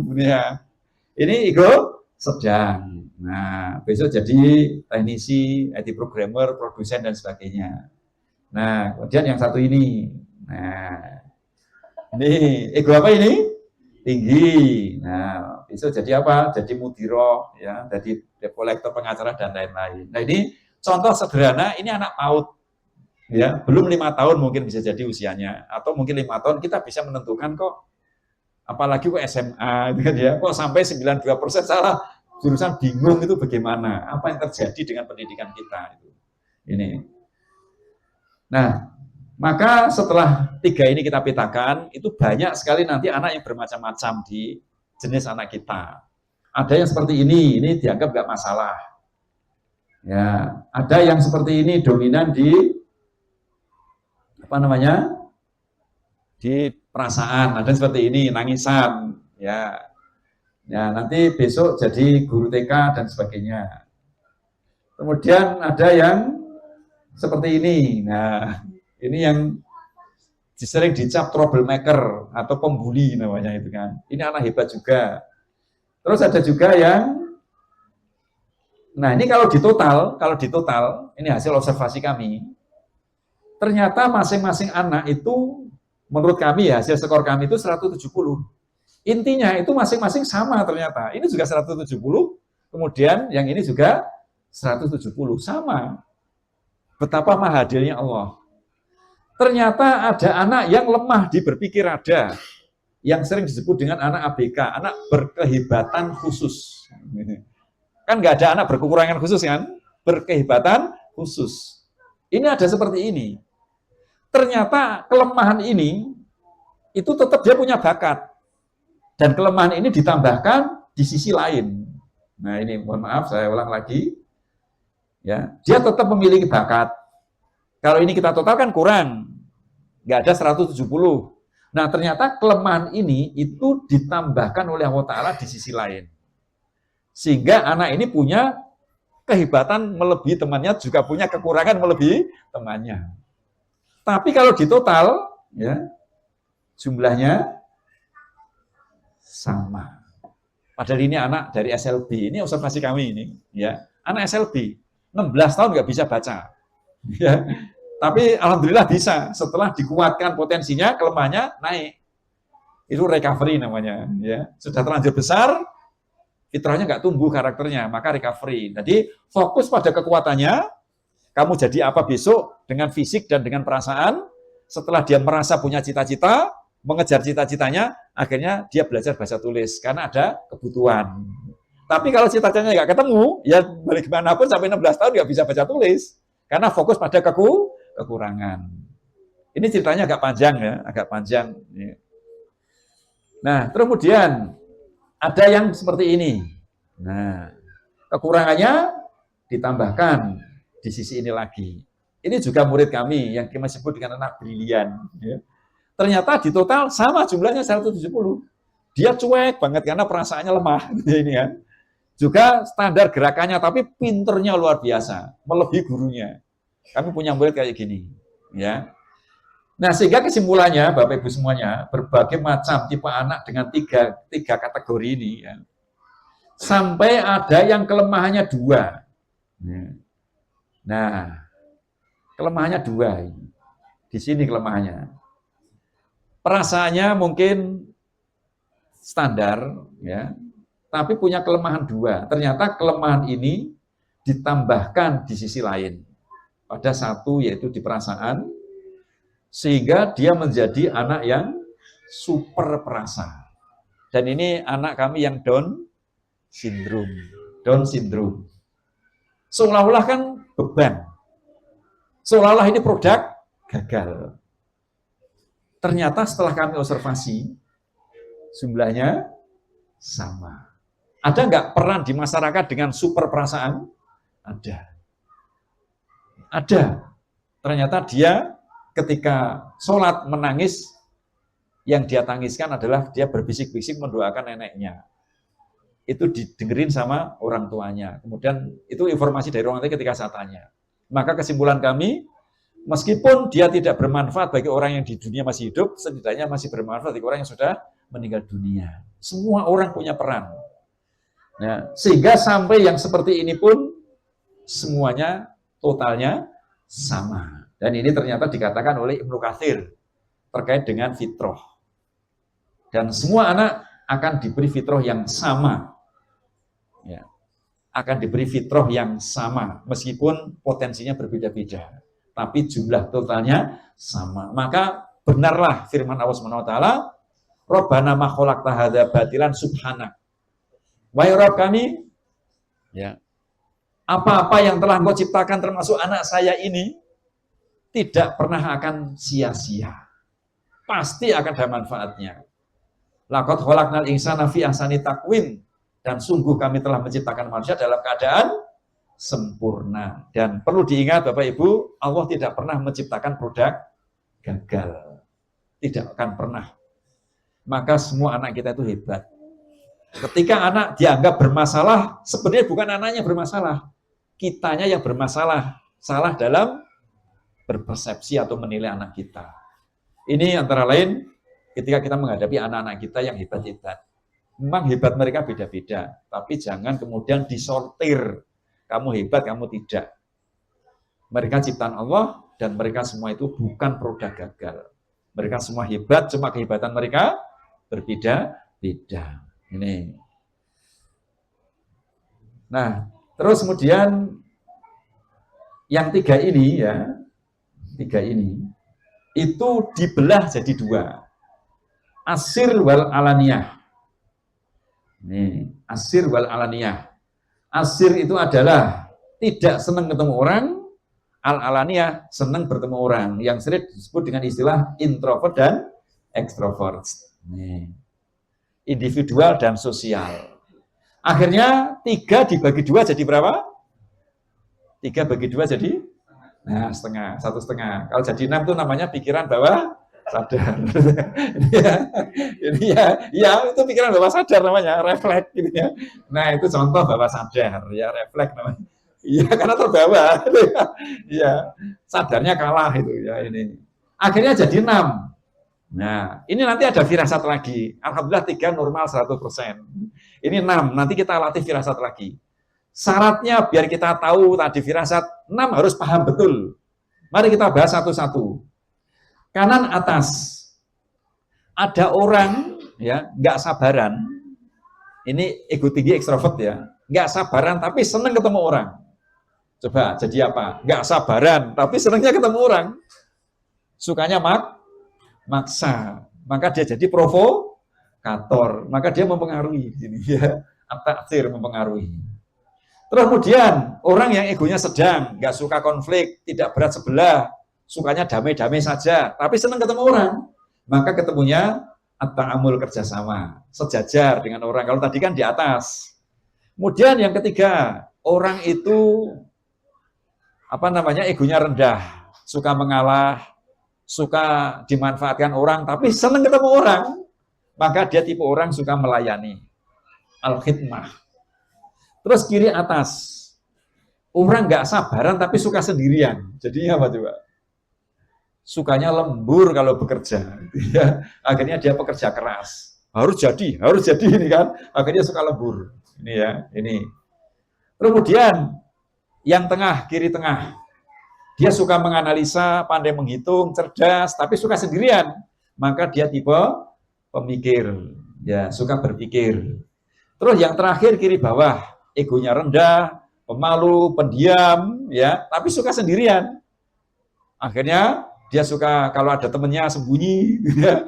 Ini kira-kira apa di situ? Itu namanya as-su'ur, yaitu berperasaan. Nah ini ada T6 suka mempengaruhi kalau ini punya hutang pengasuhan yang mendalam atau luka pengasuhannya itu parah, jadinya NPD. Narcissistic Personality Disorder, NPD, yang suka playing victim, suka manipulatif. Ya ini di sini. Terus kemudian yang bekerja keras, kalau dia luka dalam, jadinya apa? Psikopat. Ya, jadi psikopat. Ini.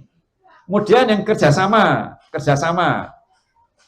Dia kalau luka dalam, akhirnya bakatnya berlebihan, maka dia sama rasa, sama rata. Jadinya apa itu? Komunis. Ya. Kemudian yang ini sebelah kiri, dia kalau berlebihan semua dilogikakan. Jadinya apa itu? Ateis. Gitu ya. Kemudian yang kanan bawah melayani. Kalau semua ini lukanya dalam sekali, akhirnya dia jadi spon. Semua akan dia serap, ya. Sehingga ada sedikit orang agak keras, nangis, perasaan, aku merasa tersinggung dan sebagainya itu kan. Jadi empatis. Ini pasangannya NPD, namanya empath, ya. Jadi kayak spon. Empath dari kata empati ya, ini. Empath itu adalah kayak spon, semua serba menyerap sehingga orangnya itu sensitif banget itu ya. Kita ngomong dikit aja tersinggung gitu kan ya.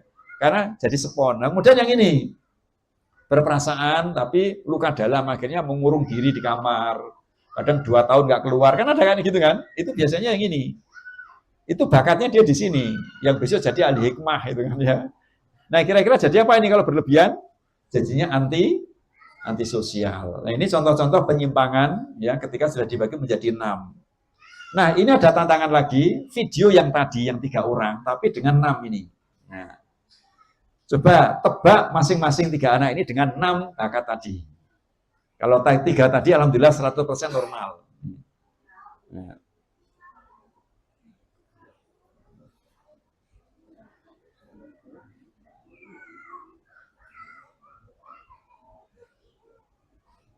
Baik. Nah, ini kira-kira apa di antara 6?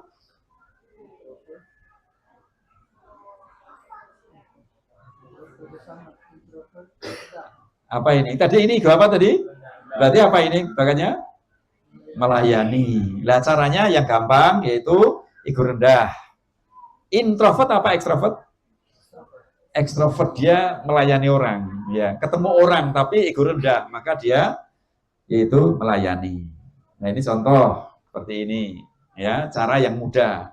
Kemudian yang ini, tadi kan ego sedang. Nah, introvert apa ekstrovert? Introvert. Wajahnya kelihatan nggak ada senyum, ya. Ini ya, kelihatan introvertnya. Maka dia adalah senang berpikir. Nah, kemudian yang ini sekarang. Nah, ego tinggi, ekstrovert, jadinya provokator. Ini ya calon DPR ini.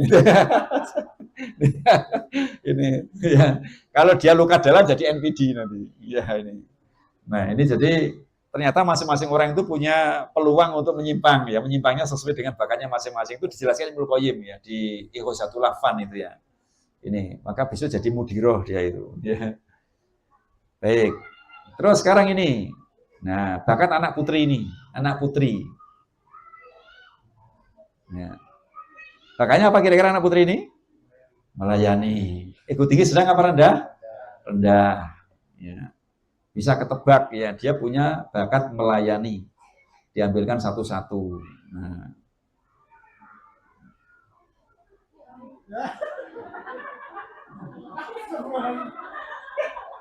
Nah, baik. Nah, melayani ada, tapi ternyata ada manipulatif.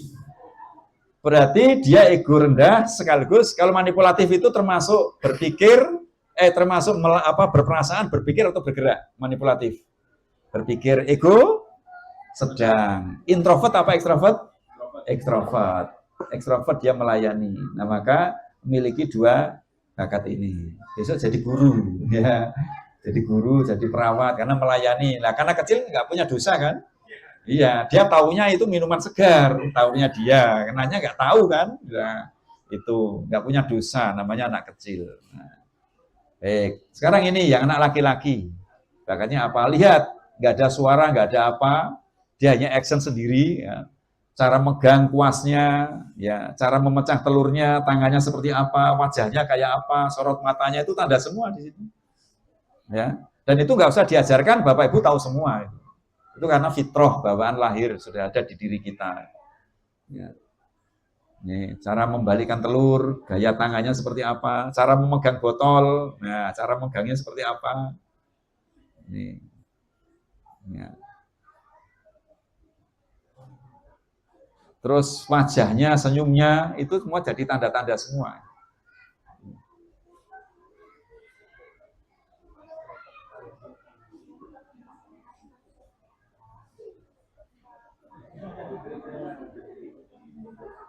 Baik, nah. Baik. Ini ego tinggi sedang apa rendah? Tinggi. Introvert apa ekstrovert? Introvert. Kalau ekstrovert pasti temannya dikasih tuh. Ya, dimakan sendiri padahal tadi melayani kayak gitu. Nah, ini jadi dia besok itu jadi pemborong. Ini tentara dan sebagainya. Nah, ini gambaran seperti itu. Ya, baik. Ini anak ini kira-kira apa? Ini dikagetin. Nah, kemudian marah-marah dia itu. Nah, baik, ini ego tinggi. Ya, introvert apa ekstrovert? Ekstrovert. Ya, suka mempengaruhi. Nah, ini contoh seperti itu. Dan masih banyak contoh yang lain lagi ya. Saya percepat aja. Saya percepat. Terus ini banyak contoh, mulai dari video, dari gambar, bahkan dari suara, ya. Itu merupakan tanda-tanda.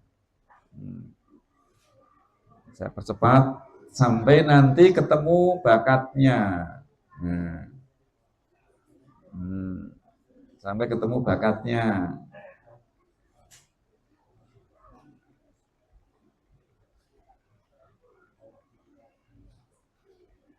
Nah, akhirnya 6 ini dibagi lagi. Jadi 18. Nah, masih mau terima tantangan? Kalau ini takut ketahuan pasti ini. Tapi kalau 18 Bapak Ibu paham betul, insya Allah tajam. Cuma butuh waktu. Terus 18 ini dibagi menjadi 40. Jadilah 40 pilar. Ya. Akhlak di sini, bakat juga ada di sini. Nah, ini jadilah 40 pilar dan kemudian kita ada asesmen melalui tafsirbakat.com. Ya. Ini gambarnya nanti akan seperti ini di asesmen itu. Kita bisa berfirasat dengan gambar. Contoh misal, aku minta tolong dong dipetakan bakat adik saya. Loh, saya kan nggak kenal, tapi lewat asesmen boleh. Kan berarti firasatnya lewat ini kan? Bukan terus namanya siapa terus tahu bakatnya, nggak bisa. Akhirnya dia ngisi asesmen. Asesmen itu adalah cerita dia, kan ya? Kondisi dia ditumpahkan di asesmen, akhirnya muncul gambar ini. Maka ego tinggi nanti itu letaknya di sini. Nah, ego sedang di sini, ego rendah di sini. Kemudian yang 6, ya 6 itu ada di sini yang 6. Nah, ini 6 di sini. Nah, jadi posisinya kayak tadi sama persis. Kemudian yang 18 itu di yang tegak-tegak ini. Nah, ini yang 18 yang tegak-tegak. Kemudian yang 40 yang di tepi-tepi. Nah, sekarang mari kita belajar berfirasat dengan ini. Perhatikan warna-warna. Ada warna merah, itu berarti dia yang paling kuat. Ini bakat terkuat, warna merah. Warna kuning kuat, hijau itu netral, abu-abu itu lemah, hitam paling lemah. Maka kalau kita memperhatikan dari peta ini, berarti yang merah sama hitam. Kita kenal kekuatan, juga kenal kelemahan. Nanti ada analisa namanya SWOT, SWOT. Kekuatan nanti akan memunculkan peluang, ya, opportunity. Sedangkan kelemahan memunculkan tantangan, yang namanya apa? Traits. Nah, ini yaitu untuk analisa SWOT diri sendiri. Ya, ini dari sini nanti ketemu jurusan sama profesi. Ya. Nah, maka kalau kita perhatikan di sini, ya, ini contoh hasil pemetaan bakat di B40 dari seseorang yang kita nggak kenal siapa orangnya, tapi dia mengatakan diri saya ini. Nah, diri saya ini. Maka kita perhatikan di sini. Dari yang 3 dulu, mana warna merahnya? Di bawah. Karena warna merah di bawah, maka dia termasuk ego rendah. Nih, udah ketahuan kan ya. Hitamnya di mana? Paling atas. Maka dia ego tingginya adalah paling lemah. Sudah kebayang orangnya. Ego tinggi paling lemah. Terus kemudian lihat yang 6. Nah, lihat yang 6, ya. Maka kita lihat yang merah yang mana? Kiri bawah. Maka dia tipe apa?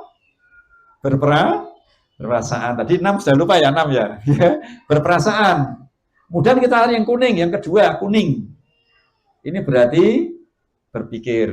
Kita cari yang hitam, kelemahan terkuat. Yang paling lemah yaitu kerja keras. Kelemahan yang kedua, yang abu-abu, itu berarti dia itu mempengaruhinya lemah. Jadi gambaran anak ini, berperasaan ini menjadikan dia suka berimajinasi. Ya, berimajinasi. Berpikir, suka berlogika. Tapi dia punya kelemahan, malas bergerak. Ya, mager, sehingga yang bergerak hanya jari-jarinya mungkin. Ya. Terus kemudian dia nggak suka ketemu orang minder, nagih utang nggak berani, gitu kan. Nah, kira-kira kalau anak seperti ini, profesi yang cocok apa? Penulis, apa? Programmer, pas itu, penulis, programmer yang banyak berimajinasi dan berlogika. Dan anak inilah yang membuat tafsirbakat.com, ya, yang membuat websitenya, ya, tafsirbakat.com. Nah, ini gambarnya demikian. Nah, ini. Kemudian yang 18 ini. Nah, ini yang 18. Selanjutnya yang 40. Berarti yang merah-merah itu kekuatan. Yang merah-merah kekuatan. Yang hitam-hitam itu kelemahan. Sehingga anak ini kekuatannya ini. Nah, ketahuan. Yang ini nanti kita kombinasikan jadi profesi. Kayak tadi kan, aktivitas kemudian profesi. Maka kalau sudah ketemu bakat anak ini, ya ini kita kuatkan. Oh, dia ternyata pendiam, ya sudah, diamnya diam yang bermanfaat, gitu ya. Jangan sampai jadi minder, gitu kan. Ya memang dia bisa banyak diam kerjanya, kalau nggak banyak diam, nggak bisa buat program, gitu ya. Ngomong aja nggak jadi-jadi, gitu ya. Seperti itu. Nah, ini contohnya seperti ini. Nah, ini di tafsirbakat.com. Terus kemudian, cara menyikapi. Ya, ini kita pakai kaidah dari Ibnu Taimiyah di Majmu'ul Fatawa. Sehingga kesimpulannya ini. Anak yang ego tinggi bermasalah, ya ini anak ego tinggi bermasalah ya, ngadepin anak ego tinggi bermasalah, dia cenderung suka menguasai, maka akan tersentuh hatinya jika dia dilayani. Ini, maka jadilah kita sebagai pelayannya, maka kita menggunakan ego rendah. Ini ya, yaitu tadi bahasa cinta, pemaafan dan pengorbanan. Ini berarti seperti itu. Terus anak yang ego sedang, suka kritis, berargumen, suka berdiskusi. Ketika dia bermasalah, cenderung ke logis, cenderung ke ateis, maka dia akan suka ditemani, diajak ngobrol, diajak diskusi, adu argumen, berpikir. Maka jadilah teman obrolannya. Ya, maka dia akan menjadi terkendali lagi, tidak bimbang lagi. Maka jadilah sesama ego sedang. Sedangkan anak yang ego rendah bermasalah, cenderung dia suka melayani. Maka jadilah pemimpin yang dia layani. Ya, maka dia akan tersentuh hatinya jika kita menggunakan bahasa hati ego tinggi, yaitu motivasi, yaitu pujian dan hadiah. Sedangkan yang ego sedang dengan apa? Kebersamaan dan sentuhan. Itu gambarnya. Walaupun 6-6-nya anak bisa, tadi bahasa cinta, tapi ternyata dominasi masing-masing anak berbeda-beda. Nah, inilah kesimpulannya. Jadi kalau terlalu dia egonya tinggi, biar nggak sampai sombong, ikat dengan ego rendah, yaitu pemaafan dan pengorbanan. Jika dia egonya rendah, biar tidak minder, ikat dengan motivasi pujian dan hadiah, sehingga dia tidak sampai minder. Dan apabila dia bimbang cenderung logis, ikat dengan logika juga, sehingga dia tidak bimbang menjadi ateis. Ya, seperti itu. Nah, ini antara lain demikian, sehingga fokus pada kekuatan dan kuatkan kelemahan hingga ma'ruf, yaitu pendidikan bakat tadi. Kata Ibnu Qayyim, kuatkan akhlaknya, barulah bakatnya kita kuatkan. Kalau kemudian kelemahannya ini belum ma'ruf, kuatkan hingga ma'ruf, sehingga bakatnya didasari pondasi yang sangat kuat. Ya, demikian yang saya sampaikan. Sudah lengkap insya Allah pendidikan akhlak dan pendidikan bakat. Nah, akhirnya tibalah pertanyaan, ya. Ya. Saya serahkan kepada Ustadz dulu untuk menjelaskan. Ya, saya nanti akan kasih pertanyaan, teknisnya bagaimana, silahkan. Ya. Kira-kira dari Bapak Ibu, mendidik itu sulit apa sulit? Mudah. Ya, mudah untuk pikiran kita hari ini ya. Nanti prakteknya kok sulit, berarti ada sesuatu yang belum beres. Jadi kalau kita merasa mendidik sudah merasa mudah, berarti sudah pada tracknya. Tapi kalau merasa masih sulit, ada yang nggak beres. Biasanya yang nggak beres ya, Pak? Ya kita sebagai orang tuanya. Demikian ya. Walau bisawab. Iya. Cuma nanti sebenarnya pemenangnya nggak selalu harus paling lengkap dan benar. Oh ya, baik. Cuma nanti ada kriterianya. Nah ini nggak dikasih tahu. Iya. Antum aja yang nyampaikan. Iya, nggak apa-apa. Ya. Hampir habis berarti ini. Bismillah, kakak-kakak sekalian.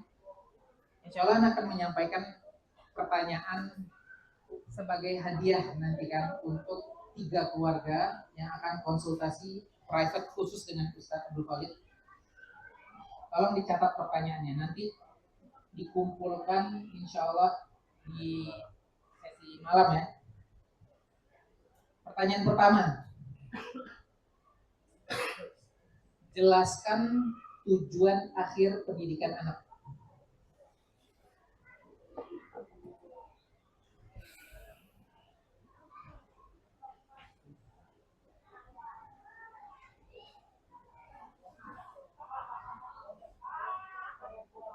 Sekali lagi, jelaskan tujuan akhir pendidikan anak.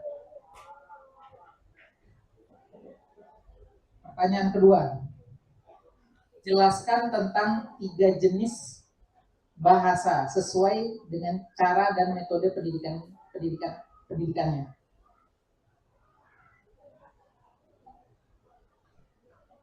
Jelaskan tentang 3 jenis bahasa sesuai cara dan metode pendidikannya.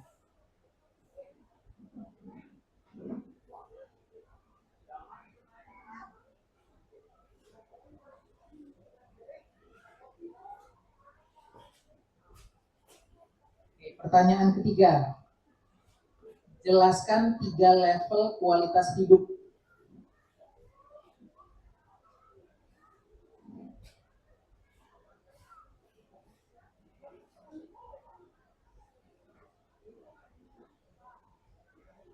Jelaskan 3 level kualitas hidup. Pertanyaan keempat, jelaskan tentang pendidikan cinta dalam Islam.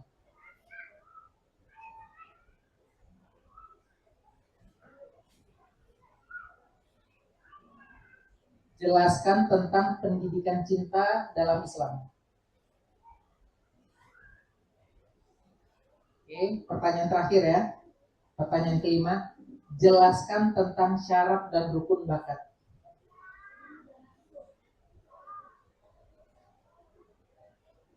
Jelaskan tentang syarat dan rukun bakat.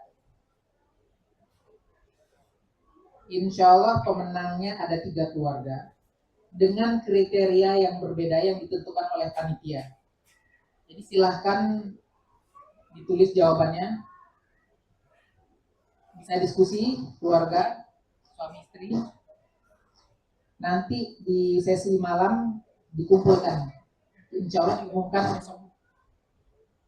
setelah sesi pada subuh. Oke, cukup ya. Assalamualaikum warahmatullahi wabarakatuh. Baterainya habis. Ya. Udah langsung aja. Alhamdulillah untuk sesi yang kedua juga sudah diselesaikan. Bagaimana kakak-kakak siap untuk membaca bakat anaknya masing-masing? Agak. Ada beberapa pengumuman yang mau saya sampaikan di penutupan sesi kedua ini. Yang pertama adalah jangan lupa nanti malam kita ada sesi sharing bersama Ustadz khusus nanti untuk bapak-bapak. Jadi disiapkan jika ada pertanyaan nanti bisa ditanyakan ke Ustadz, kita sharing santai. Kemudian jam 8 malam jangan lupa kumpul di sini lagi nanti untuk ibu-ibunya. Insya Allah kalau tidak hujan akan ada api unggun di area api unggun bersama anak-anak. Terus jangan lupa untuk jawaban dikumpulkan di malam hari, ditulis nama di selembar kertas. Jadi satu keluarga cukup satu jawaban saja untuk mewakili. Jadi jangan sampai istrinya ngirim jawaban, suami ngirim jawaban juga ya. Jadi diskusi bareng-bareng, cukup satu jawaban saja. Nanti di selembar kertas tulis nama, selembar kertas nanti dikumpulkan pada saat sesi malam jam 8. Oke. Berikutnya pengumuman untuk besok parenting session yang ketiganya itu dimulai pada subuh jam 5 pagi. Jadi nanti mohon izin untuk panitia jika jam 4.15 belum berkumpul untuk salat subuh, izinkan kami untuk mendatangi tenda untuk membangunkan kakak-kakak sekalian. Oke. Demikian untuk pengumumannya. Sampai ketemu lagi nanti di jam 8 malam. Sekarang silakan untuk bersih-bersih atau mau makan silakan di kafe. Pokoknya nanti jam 8 ditunggu lagi di sini kehadirannya. Terima kasih. Assalamualaikum warahmatullahi wabarakatuh.